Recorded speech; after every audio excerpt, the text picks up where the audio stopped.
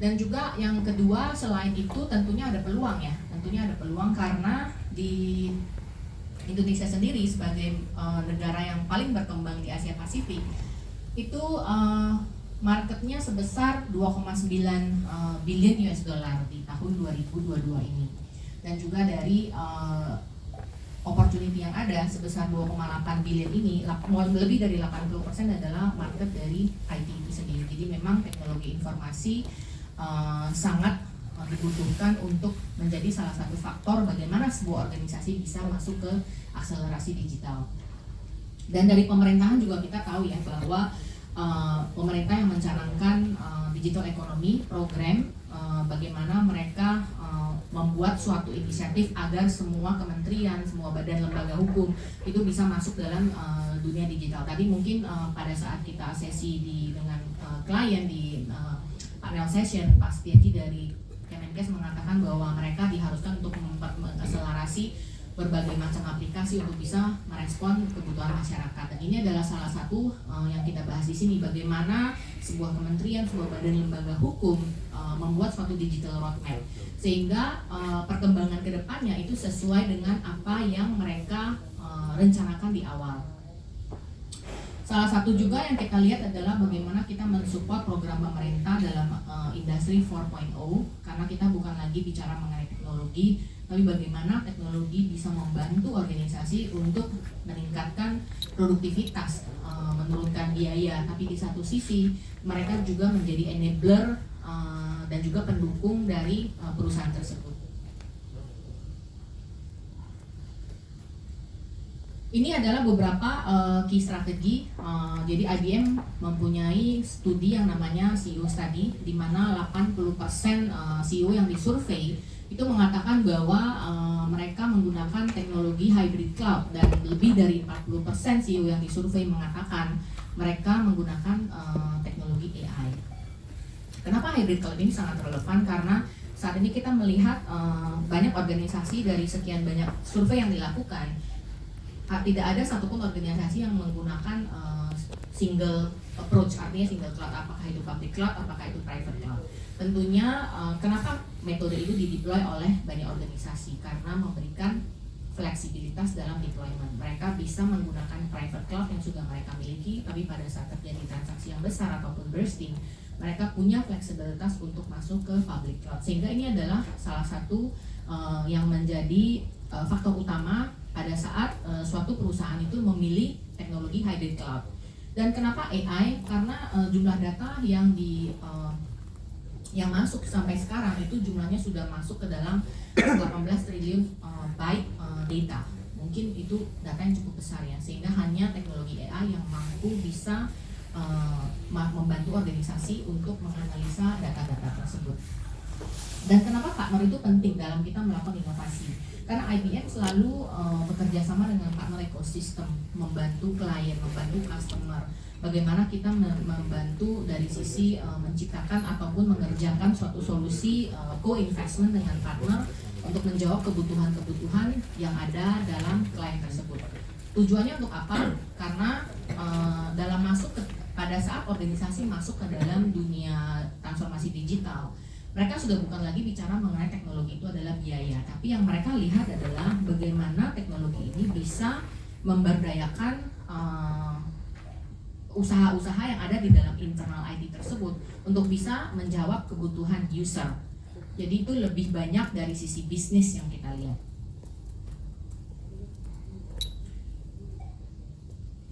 Oke, yang ini next slide-nya adalah bagaimana IBM masuk ke dalam partner ekosistem yang seperti di slide sebelumnya yang saya katakan. IBM itu selalu bekerja sama dengan partner ekosistem, baik itu partner, baik itu klien. Bagaimana kita melakukan co-engineering dengan para klien untuk bisa mampu mengadres, artinya menjawab kebutuhan-kebutuhan yang mereka rasakan sangat relevan dengan kebutuhan teknologi informasi, terutama untuk digital tadi. Secara global, investasi yang dilakukan oleh IBM itu sebesar 1 triliun, dan 1 triliun itu hybrid cloud marketnya ya. Tapi kalau pada saat kita bicara mengenai investasinya IBM, bagaimana kita melihat adanya tantangan pada saat opportunity itu ada, peluang itu ada, tantangan pun dari sisi ke sumber daya manusia tadi ya. Mungkin tadi sempat saya jelaskan juga di panel. Kementerian Perekonomian Bapak Erlangga itu mengarahkan by tahun 2030 itu kita akan membutuhkan sebesar 9 juta talenta. Dan apa yang IBM lakukan? IBM melakukan investasi untuk supaya skill yang dibutuhkan untuk masuk ke dalam dunia transformasi itu sangat relevan. Menyediakan sampai mungkin lebih dari 1000 course, ada cyber security, ada cloud computing, dan juga bagaimana dengan hybrid cloud itu. Tentunya untuk mengadres bagaimana market yang sebesar 1 triliun tadi. Di sebelah kanan kita melihat bagaimana IBM bekerja sama dengan partner ekosistem, terutama untuk build, service, maupun sell. Kalau sell mungkin cukup simple ya, straightforward, artinya kita punya partner ekosistem yang menjual solusi IBM. Tapi yang lebih relevan dengan klien, bagaimana kita build service, bagaimana kita build aplikasi yang sesuai dengan kebutuhan, artinya ada tailor made, sesuai dengan kebutuhan klien. Dan partner ekosistem dalam hal ini adalah SI maupun mungkin GSI, regional SI, itu sangat relevan buat IBM bagaimana menjadi extended arm-nya untuk IBM membantu si klien tersebut. Tujuannya untuk apa? Untuk helping speed time, artinya mempercepat waktu pada saat time to market si produk tersebut ataupun solusi tersebut masuk ke dalam, ditawarkan kepada kliennya kita atau customer-nya kita. Karena build dan service itu adalah bagian dari solusi yang kita selalu kerjasama dengan partner ekosistem.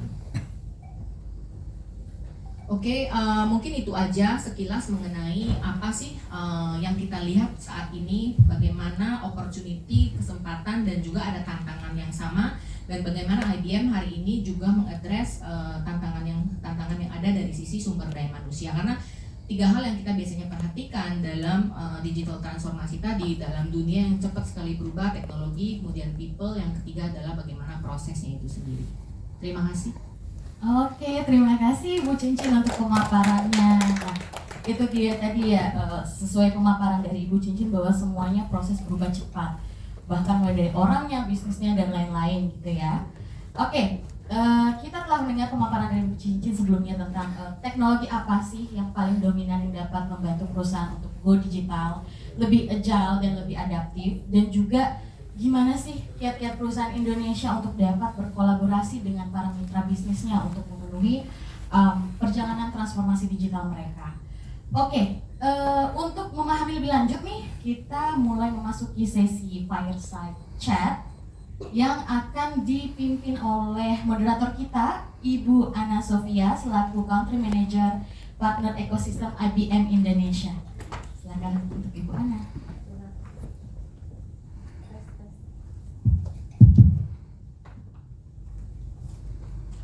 Selamat siang semuanya. Oke, nggak lemes ya. Sorry nunggunya tadi. Oke. First of all, thank you udah datang ke acara media briefingnya IBM in conjunction dengan kita punya eventnya IBM Summit Solution 2022. Oke, kita pastinya senang sekali karena akhirnya kita bisa onsite, kita bisa face to face, dan nanti juga kita akan ada interactive discussion dengan para narasumbernya kita ya. Jadi hari ini kita akan membahas bagaimana sih sebenarnya yang namanya teknologi ya dan kolaborasi dalam bisnis, terutama dalam ekosistem bisnis IT itu bisa membantu perjalanan digital transformasi di Indonesia. Kurang lebih seperti itu. Jadi kalau boleh mengeko apa yang tadi sudah Bu Cincin sampaikan ke kita di pemaparannya tadi gitu kan ya, bahwa di industri apapun gitu kan, sukses itu hanya akan terjadi kalau ada kolaborasi yang baik, yaitu antara teknologi, pelaku industri, dan tentunya juga para bisnis partner yang akan berperan sangat besar untuk mendeliver services yang baik ke konsumen-konsumennya kita.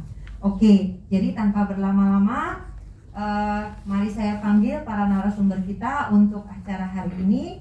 Tentunya yang paling spesial itu dari PT Astra Daihatsu Motor. Saya persilakan Bapak Akmal Kusumajaya selaku Head of Corporate IT Division PT Astra Daihatsu Motor dan juga CIO Astra Mobil 3 Group. Silakan Pak Akmal. Dan yang kedua saya akan panggil Bapak Seno Hardijanto selaku CEO PT Talian Infodinamika yang merupakan salah satu mitra bisnis IBM. Silakan Pak Seno. Dan tentunya tidak lengkap kalau tanpa ibu kita, Ibu Cincin Goh selaku Teknologi dan Country Leader IBM Indonesia. Oke, jadi kalau ada pertanyaan teman-teman media tolong ditahan dulu ya, karena saya punya banyak pertanyaan untuk narasumber kita. Oke. Oke, mungkin pertanyaan pertama aku ke Pak Akmal dulu, boleh ya Pak ya?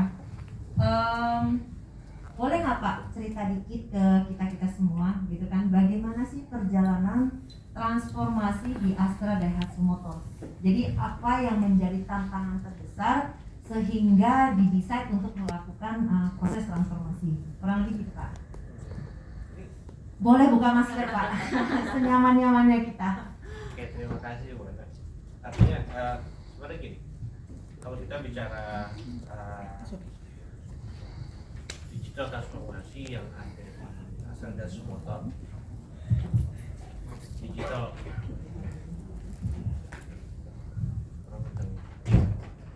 digital transformasi yang di Astra Daihatsu Motor itu backgroundnya memang selain dari faktor eksternal di mana pemerintah menggaungkan industri 4.0, dan di kami juga ada challenge bagaimana kita bisa melakukan bukan efisiensi lagi ya, tapi melakukan cost reduction, karena kita kalau bicara manufacturing factory udah pasti cost itu menjadi concern gitu ya. Bagaimana kita harus bisa efisiensikan semua lini bisnis sehingga bisa menimbulkan atau dampak terhadap cost reduction itu sendiri. Jadi di 5 tahun yang lalu kira-kira saya berdiskusi dengan tim dari sisi IT, lalu kita kembali lagi ke top management bahwa kita harus mempunyai roadmap digitalnya dulu. Roadmap digital yang mengakomodir, satu adalah target dari company in the next 5 years itu mau seperti apa. Yang kedua adalah pembelajaran literasi digitalisasi itu sendiri. Sebenarnya kan kalau saya tadi bilang bahwa digital transformation itu is not just only teknologi, tapi lebih ke arah organisasinya, Dan prosesnya juga betul, ya Pak. behaviornya untuk siap menerima perubahan dan otorisasi. Ya, kadang-kadang otorisasi ini mereka sekarang susah untuk berubah ya. Biasanya otorisasi yang besar tapi sekarang sudah berkurang gitu ya. Ya hal-hal ini, challenge ini yang sangat besar buat kami untuk melakukan transformasi digital. Maka dari itu kami membuat roadmap-nya. Jadi step by step. Setiap tahun apa yang akan kita lakukan terhadap digitalisasi sehingga bisa mencapai tujuan company. Oke Pak, berarti kalau kayak gitu dari beberapa faktor pendukung digital transformasi seperti yang kita semua tahu, berarti yang paling susah itu change behavior daripada people ya Pak ya. Salah satunya mungkin. Iya. Makanya betul. butuh waktu bertahun-tahun ya Pak. Betul. Oh, oke. Nah sekarang pertanyaan kedua, aku mau nanya sama Pak Seno. Tadi kan Pak Akmal udah mention ya bahwa 5 tahun yang lalu proses untuk membuat blueprint digital transformation itu dimulai gitu kan. Gimana sih Pak bisa convince Pak Akmal sehingga solusinya IBM Bapak bisa penetrate, while di manufacturing is all about efisiensi, penghematan cost, berarti affordable ya Pak IBM ya Pak? Iya Bu Ana, obatnya IBM sangat affordable, jadi bukan affordable lagi, sangat affordable dibandingkan dengan benefit yang dicapai ya, yang di-achieve itu selama dari 2012 sampai sekarang. Benefitnya benar-benar nyata gitu ya, jadi make decision untuk ke arah situ gampang sekali gitu ya. Jadi bagaimana kita bisa bekerja sama dengan IBM untuk convince. Nomor satu karena IBM bukan company kemarin lusa gitu ya. Iya Pak, umurnya Betul ya, kita udah 111 ya. loh teman-teman, Iya. 111 tahun, jadi Iya. sudah lama sekali. Betul ya. Dan tidak hanya di Citayam aja gitu ya. Ayo.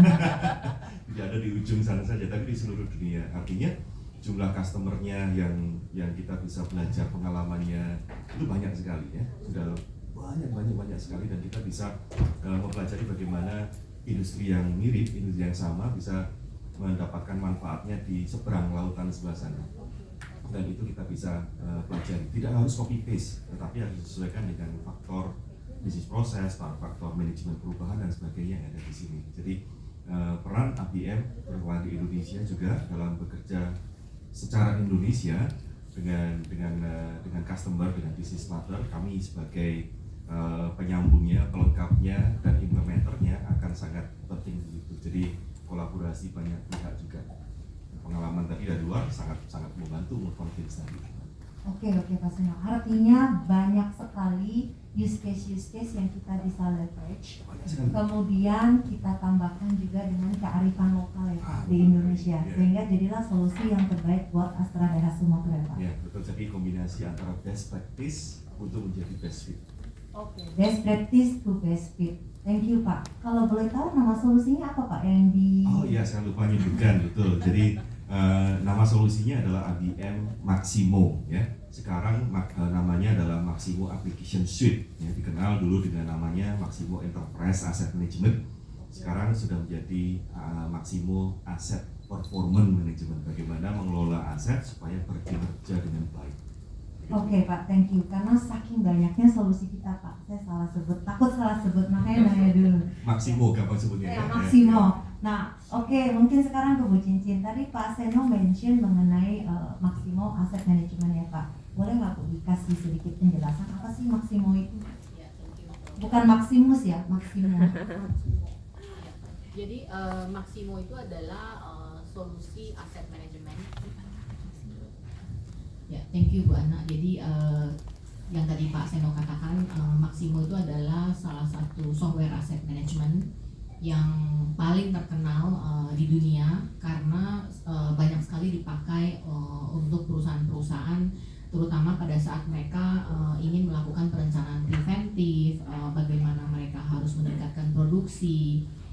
Seperti tadi yang dikatakan Pak Amal tuh kayak bangun pabrik baru ya, tapi meningkatkan produktivitas tapi tidak meningkatkan biaya. Itu sih Bu Ana. Oke, bagaimana caranya kita bangun tapi biaya yang kita keluarin itu bisa kita dapetin manfaatnya yang jauh lebih besar ya? Betul. Oke, baik Bu. Nah, menyambung lagi Pak Akmal, kalau boleh ya. Harus boleh kalau lebih depan ya. Oke, tadi Pak Seno sempat mention mengenai best fit. Jadi dari use cases yang segitu banyak, kemudian kita olah menjadi best fit untuk Astra dan Sumotor. Kira-kira setelah mengimplementasikan Maximo ini Pak, benefit apa sih Pak? Beberapa mungkin yang 2 atau 3 yang paling dirasakan oleh ADM Pak. Oke. Ya, salah satu yang kita rasakan itu di penggunaan Maximo, implementasi Maximo di ADM itu ada 2, di fixed asset control, fixed asset management, dan plan maintenance. Ya. Kalau plan maintenance ini berimpact langsung terhadap production kita. Gitu ya. Itu salah satu yang jadi concern kita.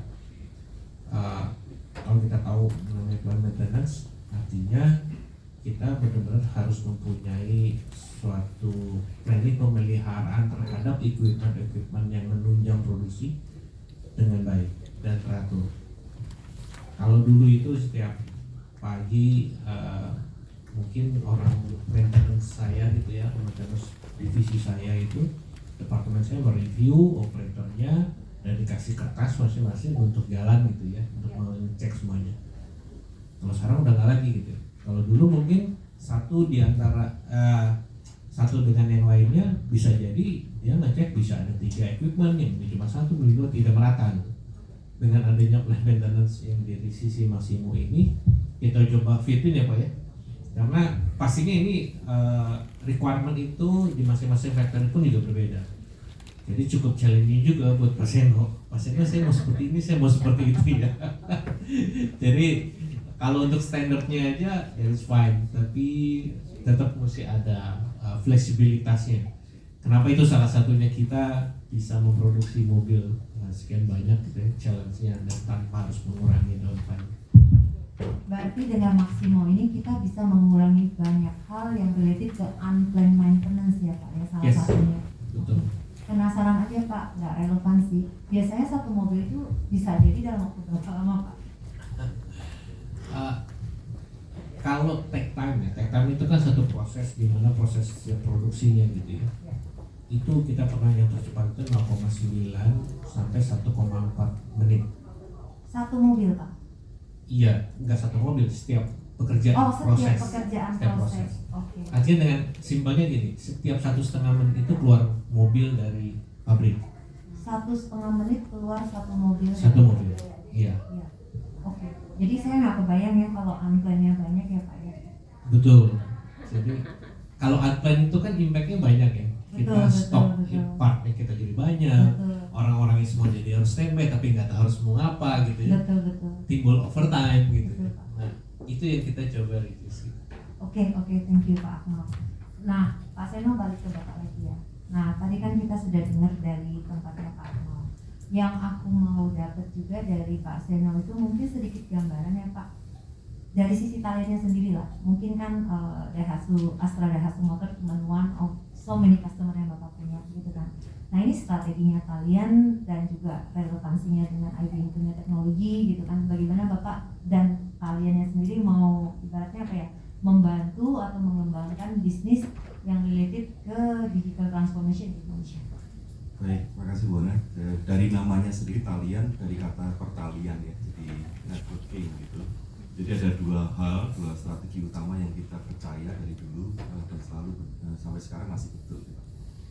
Berpartner, nomor satu berpartner dengan prinsipal, berpartner dengan IBM tentu saja dalam ini. Yang kedua, berpartner dengan bisnis partner yang lain. Karena reaching out ke customer perlu tangan ya, tangan kita ada dua. Kita nggak bisa reaching out ke seluruh industri Indonesia luar biasa, dan kita dipandang sebagai salah satu negara yang hotspot untuk perkembangan yang paling cepat di dunia digital, dan jumlah orangnya sekian banyaknya juga. Reaching out tadi ke sana nggak mungkin kita kerjakan sendiri. Ya, seberapa besar kalian itu akan jadi kalau kita harus jalan ke sana sendiri. Ya, jadi berpartner dengan bisnis partner yang lain itu adalah keniscayaan. Jadi bukan pilihan, keniscayaan yang harus kita lakukan. Strategi nomor dua. Ya, tadi Bu Jinjin juga mention juga waktu plenary session pertama dikatakan juga talenta ya. Kita harus berpartner juga dengan kampus university dalam mendapatkan talenta orang-orang yang nanti akan bisa membantu Pak Akmal di industrinya. Tidak harus menjadi employee-nya kalian, employee-nya IBM, tetapi kawan-kawan tadi harus sudah mengenal tentang teknologi enterprise asset management sejak awal, tentang bagaimana memaintain peralatan dengan lebih baik sejak awal, sejak dini gitu ya. Jadi kita reach out juga, berpartner juga dengan banyak kampus di Indonesia, kampus-kampus terkenal engineering maupun manajemen. Kita reach out, kita undang kawan-kawan untuk ikut magang ke tempat kita. Tahun lalu kita ada 20 orang yang magang di tempat kita, dan itu bisa menjadi seeding nggak kita panen sekarang, tapi barangkali 5 tahun 10 tahun lagi mereka jadi decision maker di perusahaan-perusahaan lain. Konsepnya kita udah bisa memberitahu mereka dengan best practice yang kita belajar dari IBM, best fit kita kenal dengan customer kita. Mungkin sekarang mulai dari Italian mulai ada sampai sekarang udah ada ratusan customer use case-nya kita bisa belajar sama-sama. Jadi 2 poin tadi, berpartner dengan mitra, dengan prinsipal, dengan IBM. Yang kedua, berpartner dengan university, karena orang itu adalah penting sekali di masa-masa sekarang. Gitu Bana. Thank you Pak, luar biasa nih ya strateginya kalian. Jadi dari awal sudah di seeding, belum lulus sudah di ingest terus maksimo kalian. Jadi pada saat mereka ngambil decision maker, oke, telepon Pak Seno aja. Thank you Pak, thank you. Oke Bu, last question untuk menutup panel diskusi ini mungkin ke Bu Cincin ya. Nah, berhubung tamu istimewa kita dari manufacturing ya, Astra Daihatsu Motor bergeraknya di manufacturing. Menurut Bu Cincin, bagaimana ya perkembangan digital transformation di sektor manufacturing itu sendiri? Ya, jadi sangat relevan ya Bu Ana dengan Indonesia Making 4.0. di mana itu sebenarnya berbicara bagaimana kita mendesain roadmap yang terintegrasi, bukan cuma dari supply chain hulu ke hilir sebenarnya, karena yang tadi Pak Seno katakan, mendesain arsitekturnya seperti apa, kemudian bagaimana make it work berjalan dari hulu ke hilir, mulai dari supply, produksi sampai ke implementasinya itu tersebut. Jadi sangat relevan dengan kondisi manufacturing saat ini, di mana mereka harus banyak melakukan preventif yang tadi Pak Akmal katakan, dan juga bagaimana mereka meningkatkan produksi, tapi di satu sisi juga harus meningkatkan produktivitas gitu. Jadi itu memang is a integrated solution roadmap yang didesain supaya sektor manufacturing itu bisa mempunyai hal yang sama untuk terintegrasi mulai dari bahan baku, supply chain, sampai dari ujung ke hilir sampai pada reach out ke konsumen gitu. Jadi setiap step itu penting dan setiap step itu bisa bantu untuk build efektivitasnya sama juga meningkatkan ini ya daya saing kita ya Pak ya di manufacturing. Karena kebayang ya Indonesia. 1,4 menit keluar satu mobil. Iya. Saya lagi mikir ada nggak ya selama 1,4 menit ada satu yang beli gitu misalnya. Harusnya kurang dari itu karena produksinya keluar terus ya Kak Akmal ya. Tapi kan antriannya banyak ya Pak. betul. Di Gias kemarin Amin. gimana Pak? Mungkin kalau kenal Pak Akmal kita dapat special prize gitu ya. Oke, thank you untuk bapak-bapak dan ibu-ibu yang ada di depan. Jadi teman-teman mungkin dari diskusi ini kita bisa dapat gambaran ya bahwa digital transformation itu no longer jadi marketing word only gitu ya. Jadi ini benar-benar penting. Jadi hampir semua perusahaan itu akan punya visi bagaimana menjalankan proses digital transformasi yang baik. Pastinya seperti itu gitu kan ya. Nah, oleh karena itu sebagai kita di IBM sebagai salah satu teknologi provider yang ada gitu kan dan juga berkolaborasi dengan Pak Seno dan kaliannya gitu kan, kita mau membantu ya para pemimpin perusahaan untuk bagaimana kita bisa lebih lebih berkontribusi lah sehingga proses digital transformasinya bisa berjalan dengan baik dan juga customer yang kita bantu itu juga makin kompetitif terhadap era keterbukaan saat ini gitu kan. Oke, sebelum aku tutup dengan diskusi, aku akan take mungkin 2-3 question gitu ya. Yang paling pertama angkat tangan boleh makan siang dulu. Dari mana? Dari Mas dulu deh yang paling depan. Langsung mata saya kelihatan soalnya.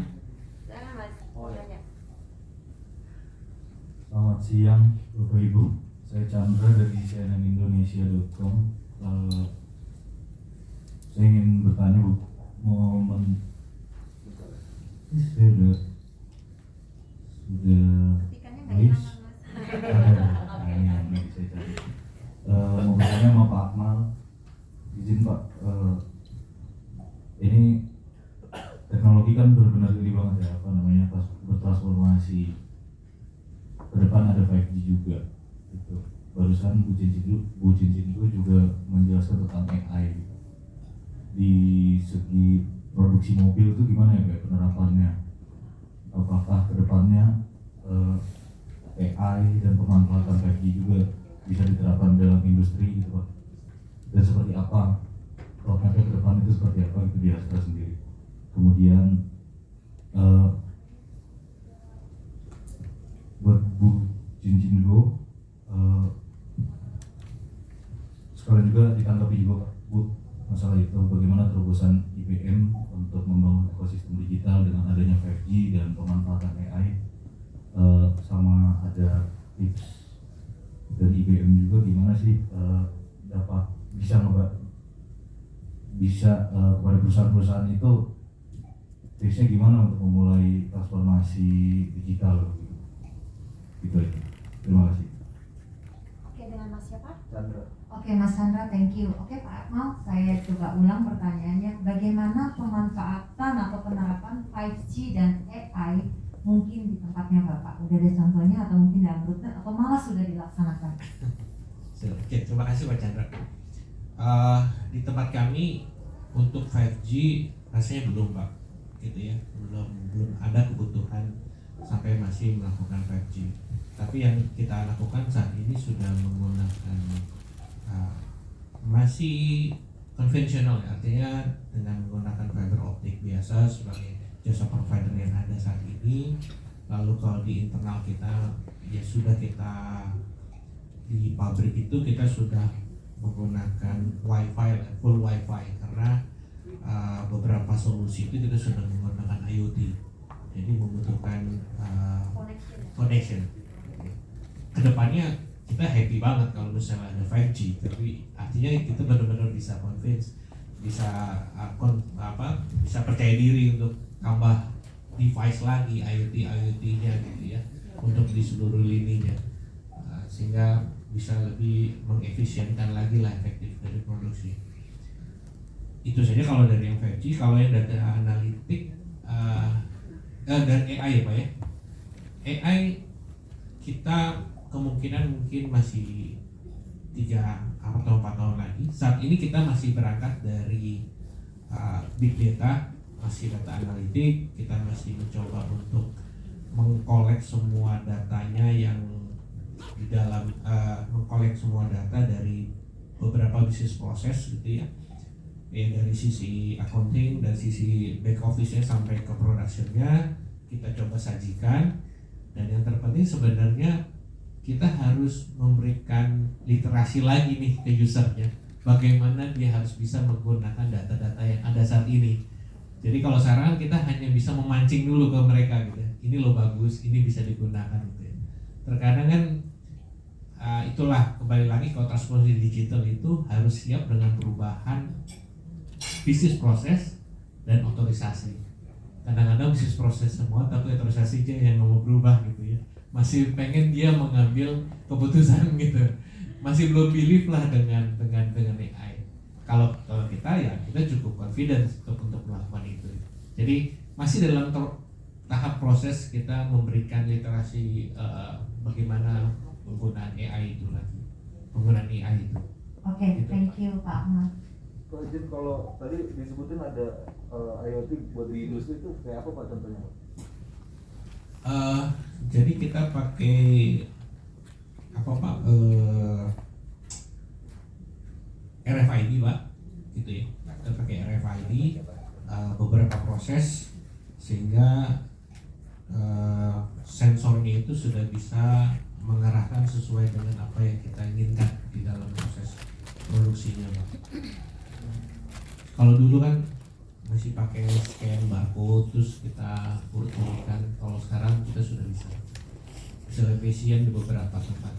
Dan kalau yang di maksimum ya sudah ya. Jadi kalau saya nambahkan ya Mas Pak Chandra, jadi kalau IoT itu dari masing-masing robotnya yang seperti apa Akmal itu yang produksi untuk mesin-mesinnya dan itu kan menghasilkan data ya, sensor-sensornya gitu kan menghasilkan data, kecepatan, arahnya dan sebagainya, itu kan data yang diambil dari OT-nya, operation teknologinya. Itu diambil untuk diintegrasikan ke IT teknologinya, IoT itu dimanfaatkan sebagai, contohnya salah satunya adalah preventive maintenance nih. Kalau kita misalkan 5.000 km ganti oli misalnya gitu ya, kalau di robot kan bukan 5.000 km, berapa kali angkat turunnya gitu ya. Jadi nggak usah hitung lagi hari ini berapa ngangkat. Nggak sanggup juga kan gitu ya, gitu. robotnya.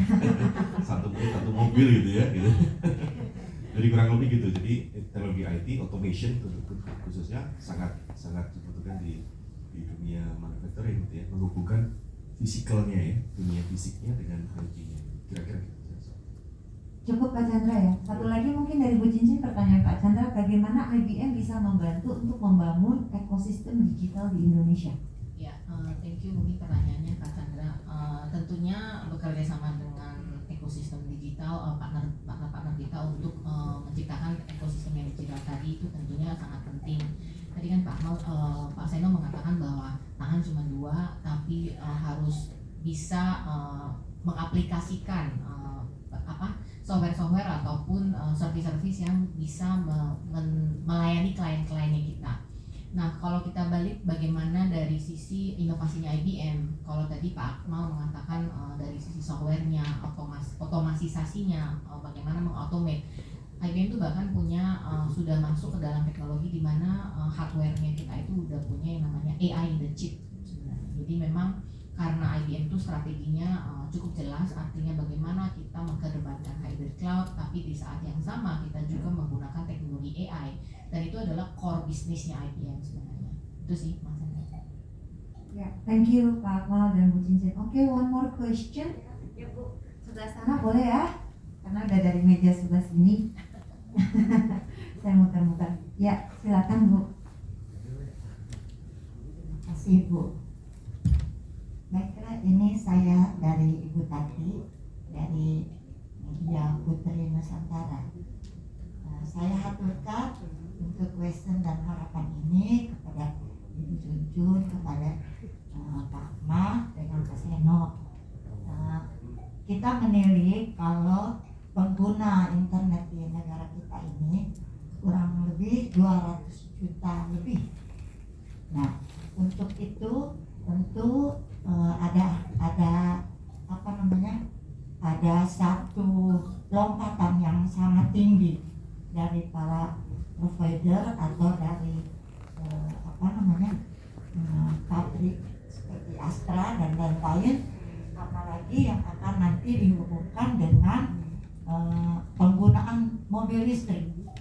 Nah, jadi harapan kita bagaimana selanjutnya pencapaian yang akan dilakukan. Demikian, terima kasih. Oke, mungkin ada yang mau jawab dari para panelis? Pertanyaannya mungkin lebih ke tadi udah di-mention ya, kalau Indonesia itu sebagai salah satu market dengan pengguna internet yang sangat signifikan. Karena Astra de Hasumoto itu salah satu lah ya penyumbang, bukan penyumbang ya, tapi sebagai salah satu produsen mobil. Betul. Nah, kedepannya gimana Pak dengan lonjakan internet, teknologi internet, kemudian juga kita ngelihat sekarang mobil listrik gitu kan, kedepannya gimana Pak di Astra melihat kondisi ini? Oke, mungkin kalau kebijakan arahnya nanti sebagai produsen itu bukan kapasitas saya, tapi yang jelas bahwa dengan berkembangnya teknologi, dengan majunya internet, itu kita memang bisa menggunakan benefit itu Ibu, gitu ya. Artinya kita sudah mencoba mulai, nanti kita akan attach seperti device yang bisa men-tracking atau behavior kita sebagai pengendara. Atau nanti bisa jadi nanti kita bisa ada alert bahwa ini akan tinggal 100 km, tinggal 1000 km lagi, tinggal 1 km lagi untuk melakukan service atau apa gitu ya. Kalau misalnya ada road assistance ya. Sebenarnya teknologi ini sudah ada, sudah lama. Biasanya memang dimiliki oleh premium class gitu ya. Premium produsen ya. Tapi ya kembali lagi kita harus melihat dari sisi marketnya. Kalau kita kan sebenarnya marketnya ke entry level sampai ke middle gitu ya. Bagaimana customer kita, apakah itu acceptable buat mereka atau tidak gitu ya. Tapi kalau misalnya untuk yang premium class, mungkin mereka ya maunya ya simple, maunya dapat informasi dengan cepat bisa di-solusi. Oke, jadi kita berharap lah ya dengan teknologi yang makin advance gitu kan, dan teknologi yang makin advance biasanya juga berhubungan dengan biaya ya. Jadi kita bisa memanfaatkan advance teknologi itu terus diterapkan juga ke segmen market yang ada di ADM ya Pak ya. Mudah-mudahan itu lebih make sense gitu ya. Oke, thank you. One last question dari meja sini. Tadi ada yang angkat. Oh, oke. Ya, terima kasih, selamat siang semuanya. Perkenalkan saya Novel dari viva.id. Mungkin pertanyaan hendak saya tujukan. Jangan ke saya ya Mas.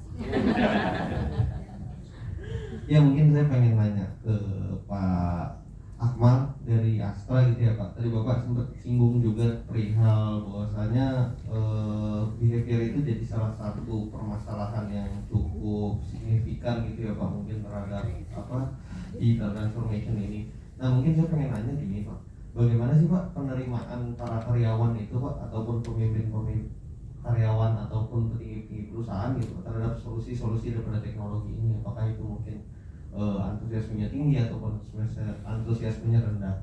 Dan juga mungkin bagaimana nih Pak bentuk atau upaya gitu dukungan dari perusahaan dalam merangkul tenaga kerjanya untuk siap bertransformasi digital, khususnya dengan melalui pemanfaatan solusi IBM melalui kalian ini. Mungkin itu aja Pak pertanyaan di sini. Terima kasih.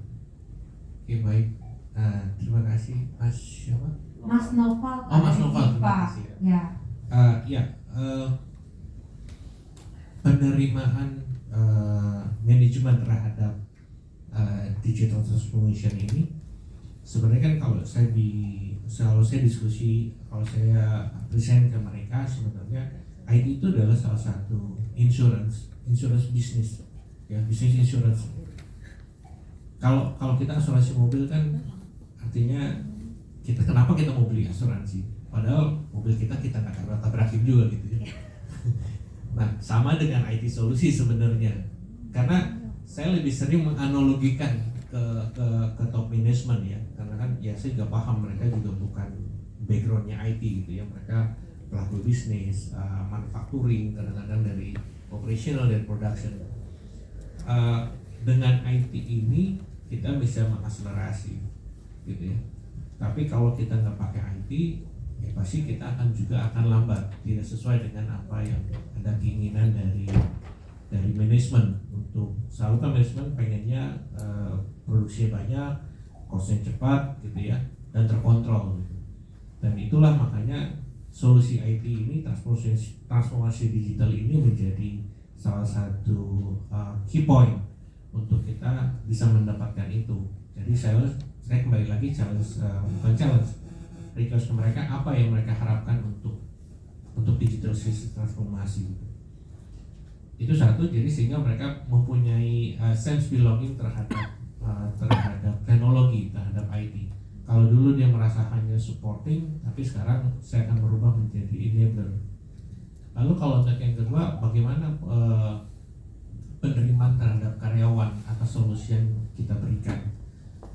Saya selalu berdiskusi dengan tim saya adalah kalau kita kasih solusi gitu, suatu solusi IT gitu ya, who will be happy? Manajemen atau user?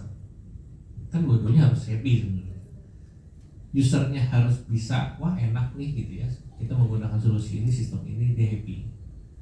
Tapi kalau mahal juga nggak happy juga buat manajemen gitu ya. Nah ini yang kita harus compromise lah. Ya kita tidak bisa menggaranti semuanya akan bisa happy gitu ya. Kalau semua happy ya pasti nggak ada orang lagi yang stres. Ya kita harus compromise dengan hal-hal seperti itu gitu, dimana user happy. Dengan pengalaman kami juga dengan Pak Seno, sebenarnya sebelum saya ketemu Pak Seno, saya sudah getting requirement sama user, saya kasih show ke mereka dari beberapa produk gitu ya, please choose gitu ya, mana yang buat mereka happy gitu kan. Kalau nggak ada challenge lagi itu lagi baik lagi ya, kita asal jangan juga terlalu mahal gitu sehingga kita harus memenuhi ekspektasi dari top management. Lalu yang ketiga untuk penerimaan karyawan, rasanya dengan impact dari pandemik ini ya, karyawan baru juga sudah mulai digitalisasi, dan saya tidak worried lagi lah sekarang millennials.